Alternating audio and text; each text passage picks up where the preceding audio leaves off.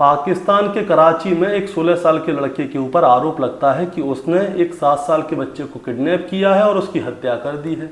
Police इस लड़के को गिरफ्तार कर लेती है।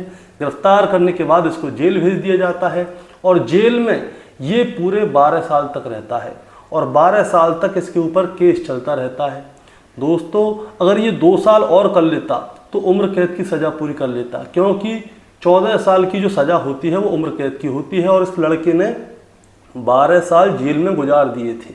अब इसके बाद क्या होता है दोस्तों, 13वीं साल आती है, लेकिन 13वीं साल में अचानक से ही क्या होता है, इसने जो दया याचिकाएं लगाई हुई थी जगह जगह पे, सारी दया याचिकाएं खारिज कर दी जाती हैं और फिर इसके ऊपर फांसी की सज़ा सुनाई जाती है। इस लड़के को इसको फांसी की सज़ा देने के बाद तारीख मुकर्रर कर दी जाती है और जैसे ही इसको फांसी होने वाली होती है उससे पहले ही फांसी को रोक दिया जाता है।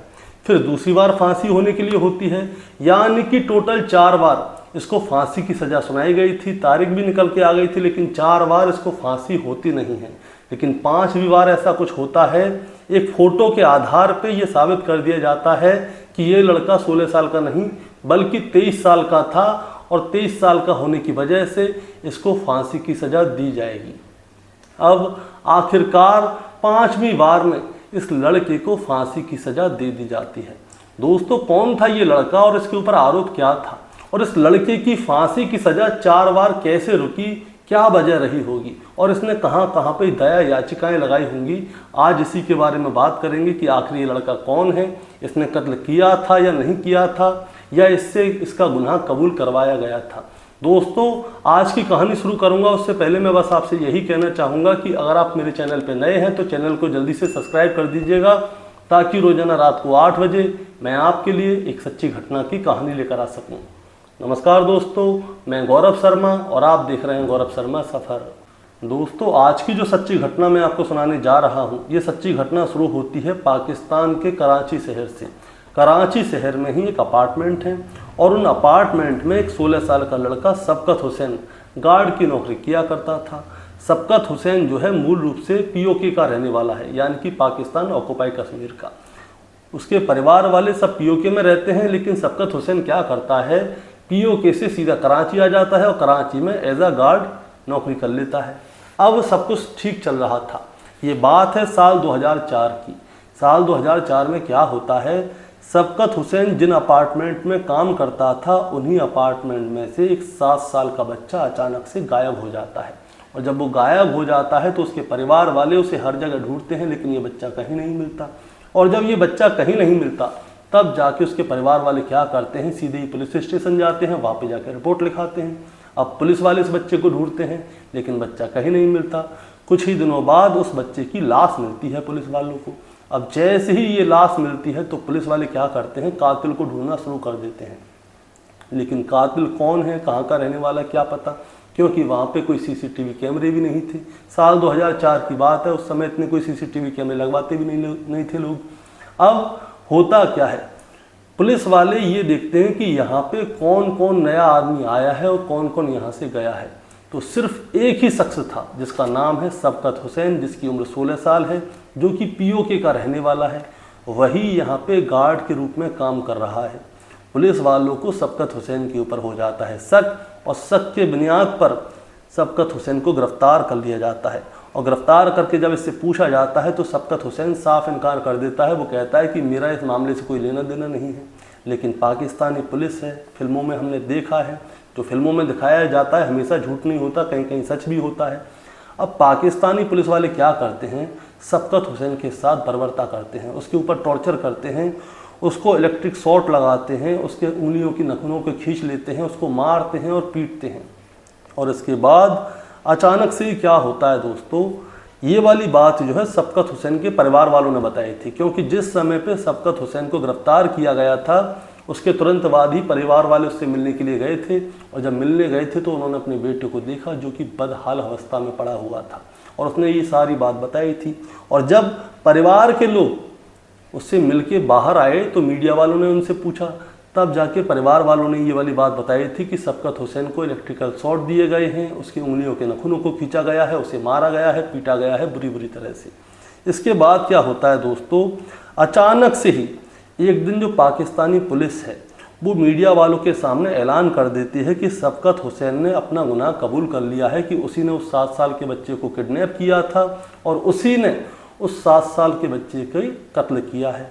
अब जैसे ही शफकत हुसैन का कबूलनामा सामने आता है, पुलिस वाले ये वाली बात बताते हैं, तो वहाँ के जो मीडिया वाले हैं, जो क्राइम जर्नलिस्ट हैं, वो लोग सवाल उठाते हैं कि शफकत हुसैन ने इस 7 साल के बच्चे को किडनैप किया तो कहाँ पे रखा था, इसका कत्ल कैसे किया, फिरौती मांगी क्यों नहीं, और ये नया लड़का है, यहाँ पे किसी को जानता नहीं है, इसने इस बच्चे को किडनैप करके कहाँ पे रखा, और जिस जगह पे उस 7 साल के बच्चे की लाश मिली थी वहाँ पे ये लड़का गया था या नहीं गया था। लेकिन पुलिस वालों ने इस बात पे जरा भी ध्यान नहीं दिया। उन्होंने कहा कि शफकत हुसैन ने कबूल कर लिया है तो कर लिया है। अब इसके बाद क्या होता है दोस्तों, कराची पुलिस ने शफकत हुसैन को जो है जेल में डाल दिया। इसके बाद इसका जो केस चलता है वो चलता है निचली अदालत में। निचली अदालत में सारे सबूतों को पेश किया जाता है। सबूत के नाम पे कुछ नहीं था, बस शफकत हुसैन था और उसका कबूलनामा था। कबूलनामा ये था कि हाँ भाई मैंने ही उसको किडनैप किया था, मैंने उसको मारा था, क्योंकि कराची पुलिस वालों ने उसको पकड़ पकड़ के इतनी बुरी तरह से मारा पीटा था कि भैया मार के बाद तो भूत भी बोल जाते हैं, ये तो इंसान है। इतनी बुरी तरह से पीटा था कि वो इस तरह से तड़पे, उससे अच्छा तो भैया कबूलनामा ही कर ले, कम से मार से तो बचेगा। अब शफकत हुसैन ने तुरंत ही मान लिया कि हाँ भाई मैंने इसको किडनैप किया था, मैंने इसको मारा था, लेकिन उससे ये नहीं पूछा गया था कि क्यों उसको किडनैप किया, कहाँ ले गया, किसी ने कुछ नहीं पूछा। इसके बाद उसके ऊपर जब केस चलता है तो तुरंत ही जो निचली अदालत है, निचली अदालत जो है शफकत हुसैन को फांसी की सज़ा सुनाती है, यानी कि मौत की सज़ा सुनाती है। अब इसके बाद में क्या होता है दोस्तों, इसके बाद शफकत हुसैन के परिवार वाले पाकिस्तान की हाई कोर्ट में अप्लाई करते हैं। हाई कोर्ट में अप्लाई किया जाता है तो हाई कोर्ट भी यही कहती है कि भैया फांसी की सज़ा ही मिलेगी। अब उसके परिवार वाले सुप्रीम कोर्ट के पास जाते हैं। सुप्रीम कोर्ट ने भी हाई कोर्ट और निचली अदालत के फैसले को कायम रखा, यानी कि शफकत हुसैन को फांसी की सज़ा मिलनी ही मिलनी थी। लेकिन इसी बीच में क्या होता है दोस्तों, पहले के समय पे पाकिस्तान में छोटे छोटे गुनाहों पे फांसी की सज़ा मिल जाया करती थी। इसीलिए जो ह्यूमन राइट्स वाले हैं उन लोगों ने ये कहा कि भाई फांसी की सज़ा क्यों देते हो, इंसानों को देनी है तो आप ऐसा करो कि उम्र कैद की सज़ा दे दो, हर किसी को फांसी की सज़ा मिल जाती है। इसीलिए क्या होता है, साल 2006 में पाकिस्तानी सरकार ने फांसी की सज़ा पे रोक लगा दी थी, और रोक लगाने के बाद जो भी कैदी होते थे जिन्होंने ज़्यादा गहरा क्राइम किया होता था उन लोगों को उम्र कैद की सज़ा मिल जाती थी। लेकिन इसके बाद अचानक से क्या होता है दोस्तों, तकरीबन 7-8 साल तक तो फांसी की सज़ा किसी को मिलती नहीं है। लेकिन इसके बाद अचानक से ही साल 2014 में पाकिस्तान के आर्मी स्कूल में आतंकवादियों का हमला हो जाता है। और जब पाकिस्तान के आर्मी स्कूल में आतंकवादियों का हमला होता है तो वहाँ पे तकरीबन 135 लोग, जिसमें बच्चे और टीचर शामिल थे, 135 से ज़्यादा लोगों की मौत हुई थी। और जिस समय पे 135 से ज़्यादा लोगों की मौत होती है, मासूम बच्चे थे, टीचर थे, उनका किसी से कोई लेना देना नहीं था। लेकिन अचानक से ही आतंकवादी आते हैं और वहाँ पे गोलियाँ चलाने लग जाते हैं, जिसकी वजह से बहुत सारे लोग मर गए थे। इसीलिए पूरी दुनिया में इसका बहुत ज़्यादा अफसोस था कि आखिर बच्चों का किसी से क्या लेना देना। इसीलिए सबका यही था कि जो भी कातिल है, जो भी गुनहगार है, इनको फांसी की सज़ा होनी चाहिए। इसके बाद उस समय पे चल रही थी नवाज़ शरीफ की सरकार पाकिस्तान में, और जब नवाज़ शरीफ की सरकार चल रही थी तो सरकार ने एक फ़ैसला दिया कि जो फांसी की सज़ा पे रोक है, अब उस सज़ा की रोक को ख़त्म कर दिया जाए। जो भी गुनहगार है, जिसने क्राइम किया है, उसको फांसी की सज़ा दी जाएगी।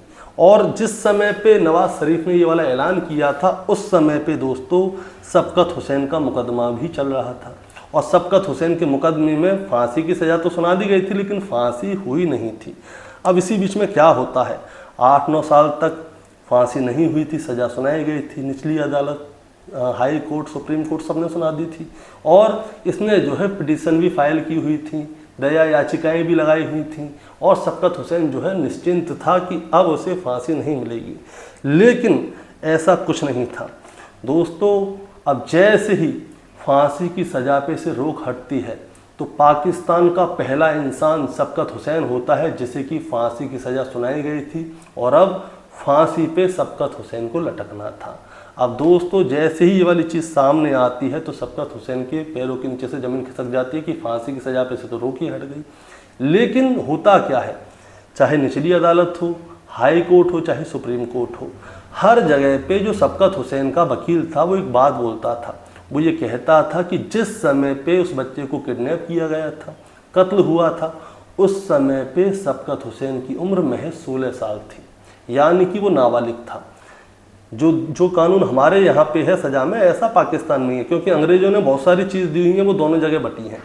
अब पाकिस्तान में भी अगर कोई नाबालिग किसी का कत्ल कर देगा तो उसको कोई ऐसी सज़ा मिलनी नहीं है, 3 साल की सज़ा होती है, उसके बाद तो मज़े मारते हैं सब जगह। अब होता क्या है, जो शफकत हुसैन है उसके वकील ने बोला था कि भाई ये 16 साल का था, लेकिन जो कोर्ट है उन्होंने शफकत हुसैन को 16 साल का नहीं माना, उन लोगों ने उसको 23 साल का माना।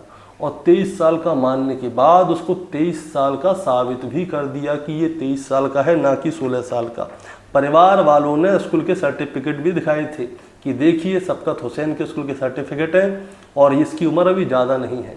लेकिन कोर्ट ने और पुलिस वालों ने परिवार वालों की एक नहीं मानी। उन्होंने कहा ऐसे तो सर्टिफिकेट कोई भी बनवा सकता है।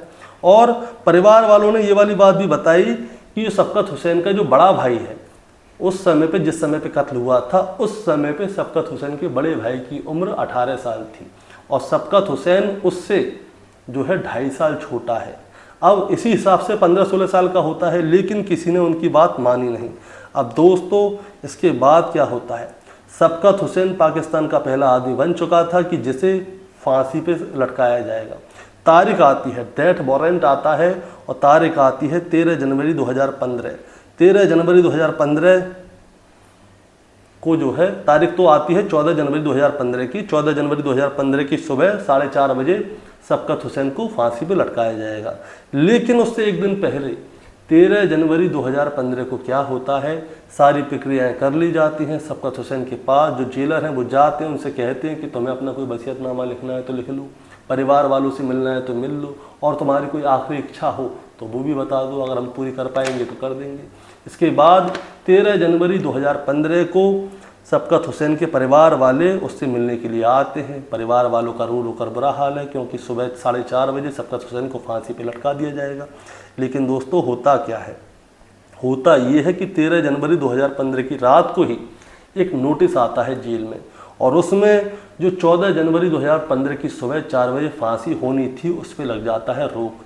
रोक इसलिए लग जाता है क्योंकि जो कोर्ट है उसका फैसला ये था कि शायद इस पूरे मामले में जांच पड़ताल सही से नहीं हुई है, इसीलिए इस पूरे मामले की जांच पड़ताल सही से की जाएगी और इस फांसी को 19 मई 2015 तक टाल दिया गया था। अब फांसी टल जाती है और फिर जांच पड़ताल होती है, लेकिन कोई रिजल्ट आता नहीं है।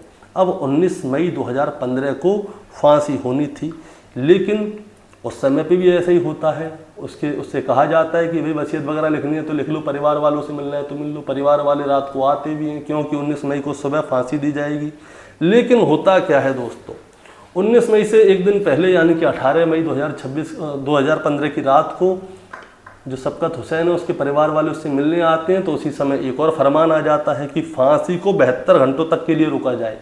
72 घंटों के लिए इसलिए रोका जाए क्योंकि जो शफकत हुसैन है उसकी उम्र में कोई गड़बड़ी हो रही है। परिवार वाले बता रहे हैं कि उस समय वो 16 साल का था, पुलिस वाले बता रहे हैं 23 साल का था, इसीलिए फांसी को रोका जाए, पहले इसकी उम्र को कंफर्म किया जाए, उसके बाद ही इसे फांसी दी जाएगी। अब 72 घंटों के लिए रोक दिया जाता है, और जो 72 घंटों के लिए फांसी रोकी जाती है उसी बीच में एक और फरमान निकल आता है कि 30 दिन तक के लिए इसकी फांसी रोकी जाएगी। 30 दिन बाद जब फैसला आ जाएगा उसके बाद ही इसको सजा दी जाएगी। फिर तारीख निकलती है 24 अप्रैल 2015, और 24 अप्रैल 2015 को शफकत हुसैन को फांसी होनी थी। लेकिन उससे 2 दिन पहले ही इस फांसी को फिर से रोक दिया जाता है। अब की बार क्या होता है, FIA जांच करने के लिए बोलती है। दरअसल दोस्तों होता क्या है, शफकत हुसैन का कोई भी DNA नहीं लिया गया था। अगर वो चाहते तो DNA के तौर पे उसका DNA चेक करके ये देख सकते थे कि इसकी उम्र कितनी है। जब किसी की लाश पाती है, किसी जानवर की, पूर्वकाल के जानवर की हड्डियां पाती हैं, तो उनके DNA से ये पता लगा लेते हैं कि DNA से ये कितनी साल का है या कितनी साल पहले मरा था। लेकिन शफकत हुसैन का कोई भी डीएनए नहीं लिया गया था। कोई भी पुलिस के पास ऐसा सबूत नहीं था कि उससे ये पता चल जाए कि ये 23 साल का या 16 साल का है। अब एफआईए आ जाती है और एफआईए ये जानने की कोशिश करती है कि ये 23 साल का था या 16 साल का था। सिर्फ एक फ़ोटो था, कोर्ट में फ़ोटो दिखाया जाता है और कहा जाता है कि ये देखिए ये लड़का आपको कहीं से 23 साल का लगता है।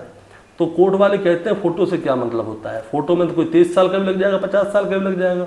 लेकिन कोर्ट ने उस फ़ोटो के बारे में कुछ भी नहीं माना। सिर्फ शफकत हुसैन के परिवार वालों के पास और उसके वकील के पास सिर्फ उसका एक फ़ोटो था और फ़ोटो को दिखा के वो साबित करना चाहते थे, लेकिन कोर्ट ने कुछ भी नहीं माना। एफआईए की 3 सदस्यीय टीम बनती है, वो क्या जांच पड़ताल करती है किसी को कुछ पता नहीं चलता। और उसके बाद तारीख आती है 23 मई।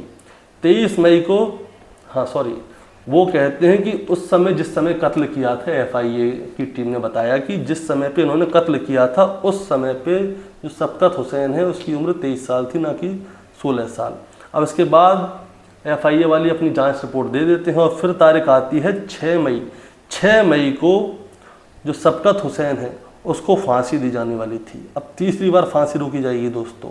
अब जब 6 मई को फांसी दी जाने वाली थी उसके बाद क्या होता है, उसके बाद जो इस्लामाबाद हाई कोर्ट है वो बीच में आ जाती है, वो फांसी को रोक देते हैं। 6 मई से 2 दिन पहले फिर से नोटिस आ जाता है कि शफकत हुसैन को फांसी नहीं दी जाएगी, क्योंकि जब इस्लामाबाद हाई कोर्ट है वो ये कह रही है कि इतने सालों से इस लड़के को फंसा के रखा हुआ है, इसके खिलाफ कोई सबूत नहीं मिल रहा, बस पुलिस वालों ने बोल दिया, ना इसकी उम्र के बारे में कोई पता चल रहा है। इसीलिए इस्लामाबाद हाई कोर्ट क्या करती है, वो साफ साफ कहती है कि इस लड़के का डीएनए चेक करवाया जाए ताकि ये पता चल जाए कि शफकत हुसैन की उम्र कितनी है। लेकिन दोस्तों होता क्या है, ये वाली बात ऑन कैमरा मीडिया वालों के सामने बोली जाती है, क्योंकि मीडिया वाले इस केस के पीछे लगे हुए थे, ह्यूमन राइट्स वाले लगे हुए थे और सबका यही कहना था कि जिस समय पे उस बच्चे की किडनैपिंग हुई थी और कत्ल हुआ था उस समय पे शफकत हुसैन की उम्र महज 16 साल थी, लेकिन उसको 23 साल का दिखाया गया है। अब सरकार के ऊपर भी वजन डला हुआ था, कोर्ट के ऊपर भी, कानून के ऊपर भी, सबके ऊपर लोड था कि शफकत हुसैन को फांसी दी जाए या नहीं दी जाए। इसीलिए मीडिया वालों के सामने ये वाली बात कही जाती है कि डीएनए चेक होगा उसके बाद ही पता चलेगा। लेकिन दोस्तों डीएनए टेस्ट की रिपोर्ट कभी आती ही नहीं है, और जब डीएनए टेस्ट की रिपोर्ट नहीं आती तो उसके बाद फांसी की तारीख फिर से मुकर्रर की जाती है। एक और डेथ वारंट आता है और वो तारीख होती है 9 जून 2015। 9 जून 2015 को शफकत हुसैन को फांसी लगेगी। अब इसके बाद क्या होता है दोस्तों, जिस समय पे 9 जून का आदेश निकला था उस समय पे क्या होता है, उस समय पे सुपरिटेंडेंट ऑफ जेलर के पास एक नोटिस आता है और वो नोटिस होता है उस समय के पाकिस्तान के राष्ट्रपति का। उस समय पे पाकिस्तान के राष्ट्रपति थे मेमनून हुसैन, उनका नोटिस आता है और वो इस फांसी को उस समय पे रुकवा देते हैं, क्योंकि इंटरनेशनल जो ह्यूमन राइट्स है उनका दबाव था। उन लोगों ने कहा था कि शायद इस लड़के को फंसाया जा रहा है, इस लड़के ने शायद कत्ल नहीं किया है। इसीलिए क्या होता है, एक तस्वीर के आधार पे किसी को हम फांसी नहीं दे सकते। इसीलिए ये जांच की जाए कि उस समय पे ये लड़का 16 साल का था या 23 साल का था। इस चीज़ को जानने में दोस्तों 12 साल लग गई थी कि वो लड़का 13 साल का था या 16 साल का था या 23 साल का था। अब ये वाली बात कोई जान ही नहीं पाया कि 16 साल का था कि 23 साल का था। लेकिन आखिरकार अब फाइनल डेथ वारंट आता है, और जब फाइनल डेथ वारंट आता है तो तारीख होती है 4 अगस्त 2015 की सुबह लगभग 4 बजे शफकत हुसैन को फांसी दी जाएगी। लेकिन अब जो शफकत हुसैन के परिवार वाले थे वो थे निश्चिंत, क्योंकि हर बार ऐसा ही होता है कि फांसी सुनाई जाती है लेकिन फांसी होती नहीं है। लास्ट टाइम पे तो राष्ट्रपति ने फांसी रुकवाई थी, लेकिन दोस्तों फांसी क्यों रुकवाई गई थी उसकी वजह ये थी कि सिंध प्रांत की सरकार है उन लोगों ने अपील की थी कि इस लड़के ने कत्ल नहीं किया है, इसकी निष्पक्ष जांच होनी चाहिए। जांच के नाम पे क्या होता है पाकिस्तान में आपको तो पता ही है। इसके बाद 3 अगस्त 2015 की रात को शफकत हुसैन के परिवार वाले जेल जाते हैं, लेकिन वो निश्चिंत होते हैं, उन्हें लगता है कि शफकत हुसैन को फांसी नहीं दी जाएगी। लेकिन 4 अगस्त 2015 की सुबह तकरीबन 4 बजे कराची सेंट्रल जेल में शफकत हुसैन को फांसी दे दी जाती है। शफकत हुसैन की मौत हो जाती है। इसके बाद जो शफकत हुसैन है उसकी लाश को उसके परिवार वालों को दिया जाता है, और जब उसके परिवार वालों को उसकी लाश दी जाती है तब जाके उसके घर वाले पाकिस्तानी मीडिया के सामने बोलते हैं कि जो शफकत हुसैन है उसे फांसी ठीक से नहीं दी गई। पहली बात तो ये है कि उनके बेटे को फंसाया गया है। वो पीओके का रहने वाला है, यहाँ पे नौकरी करने आया है, 16 साल की उसकी उम्र थी। वो किसे किडनैप करेगा, कहाँ ले जाएगा, किससे क्या लेना देना। और दूसरी बार अब फांसी दी भी गई पूरे 12 साल बाद, तो उसकी फांसी के बाद जब उसका शरीर मिला था तो उसके गर्दन पे जो है कटे के निशान थे। अब वो कटने के निशान कैसे आए, फांसी पे लटकने की वजह से आए, किस तरह से आए, ये भी एक सोचने वाली बात है। अब इसके बाद क्या होता है दोस्तों, शफकत हुसैन के परिवार वाले उसकी लाश को ले जाते हैं और उसका सुपुर्द खाक करा देते हैं, और फिर आखिरकार पूरे 13 साल बाद शफकत हुसैन को फांसी दी जाती है, जिसमें 4 बार उसकी फांसी को रोका गया था, 5वीं बार उसको फांसी लग गई। दोस्तों, इस कहानी को सुनाने का मतलब आपको परेशान करना या विचलित करना बिल्कुल नहीं है, बस आपको बताना है और जताना है। बताना और जताना ये है कि कई सालों तक फांसी को रोका गया, लेकिन आखिरकार शफकत हुसैन को फांसी के फंदे पे झूलना ही पड़ा। लेकिन जो शफकत हुसैन के परिवार वाले हैं उन लोगों ने कहा कि हमारे पास, हम गरीब हैं, अगर हम पैसे वाले होते तो हम इस फांसी को रुकवा सकते थे। हमारी कहीं पे कुछ सुनवाई नहीं हुई, हम गरीब हैं तो हमें फंसाया गया है, हमारे बेटे की हत्या कर दी गई है। अगर हम पैसे वाले होते तो हमारे बेटे को फांसी नहीं लगती। एक फ़ोटो के आधार पे सरकार ने, कोर्ट ने, पुलिस ने ये जान लिया कि शफकत हुसैन 16 साल का नहीं बल्कि 23 साल का है। ह्यूमन राइट्स वाले ने भी यही कहा था कि पाकिस्तान की जो सरकार है, पाकिस्तान के जो पुलिस वाले हैं, उन लोगों ने 16 साल के लड़के को फंसाया है और उसे 23 साल का बताया गया था, और उसको टॉर्चर भी किया गया था। जब उसको जेल में रखा गया था तो उसको मारा गया था, पीटा गया था, करंट लगाया गया था, नाखून खींचे गए थे, और इन्हीं वजह से उस 16 साल के लड़के ने अपना गुनाह कबूल किया। अब उस 16 साल के लड़के ने उस 7 साल के बच्चे को किडनैप किया था या नहीं किया था, ये तो शफकत हुसैन ही जानता है, या फिर पाकिस्तानी पुलिस जानती है, जिन्होंने शफकत हुसैन को पीट के उससे ये गुनाह कबूल करवाया। दोस्तों, आपका क्या कहना है इस कहानी के बारे में, आप ज़रा हमें कमेंट में बताएं। चैनल पे नए हैं तो सब्सक्राइब करके जाएं, ताकि रोज़ाना रात को 8 बजे मैं आपके लिए एक सच्ची घटना की कहानी लेकर आ सकूं। नमस्कार।